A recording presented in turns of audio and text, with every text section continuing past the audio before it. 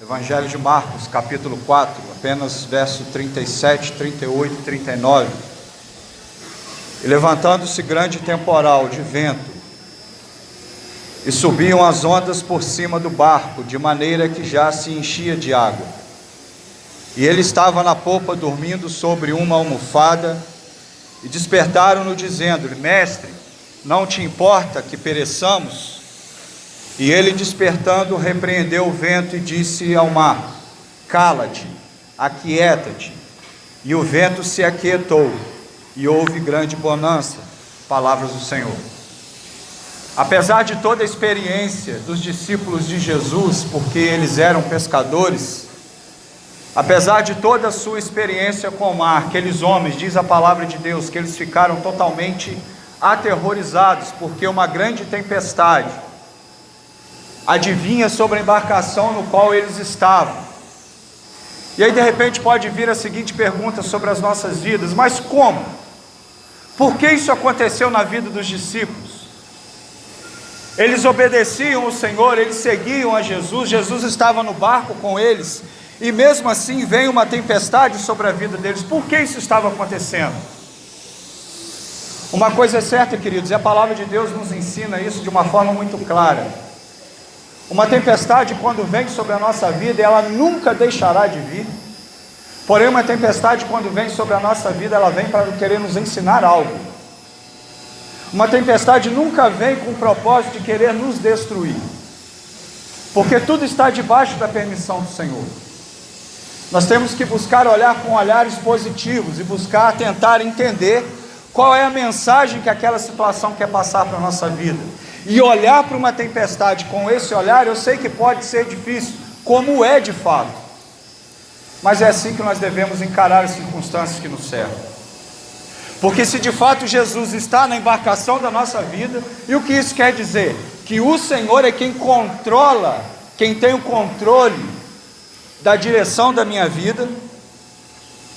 A tempestade pode até vir, mas ela não me levará a pique, como tentava fazer com a embarcação aqui dos pescadores nessa passagem do Evangelho de Marcos. E naquele dia também aqueles discípulos aprenderam algo importante. Que algo é esse? Eles aprenderam que não é verdade, que quando fazemos o que o nosso Senhor diz, que não haverá tempestades em nossas vidas. O fato de sermos obedientes à palavra de Deus, o fato de sermos obedientes à voz do Senhor, não irá impedir, por meio da nossa obediência, não será impedido que essa mesma tempestade em algum momento possa nos alcançar.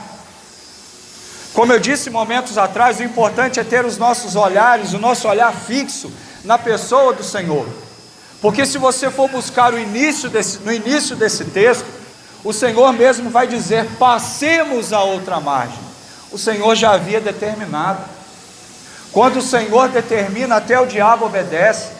E quando o Senhor determina, não há circunstância que pode nos impedir de chegar até onde o Senhor tem determinado que eu e você devemos e podemos chegar.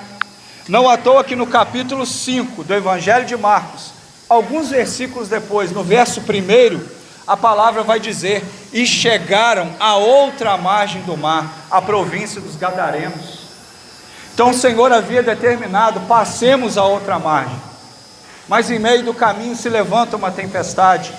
Isso me ensina também o seguinte: de que além de ter que ser dependente do Senhor, e de que minha vida tem que estar na direção do Senhor, e debaixo do direcionamento do Senhor, quando o Senhor fizer uma determinação para a sua vida, quando Ele te mostrar uma direção, é por essa direção que você deve caminhar.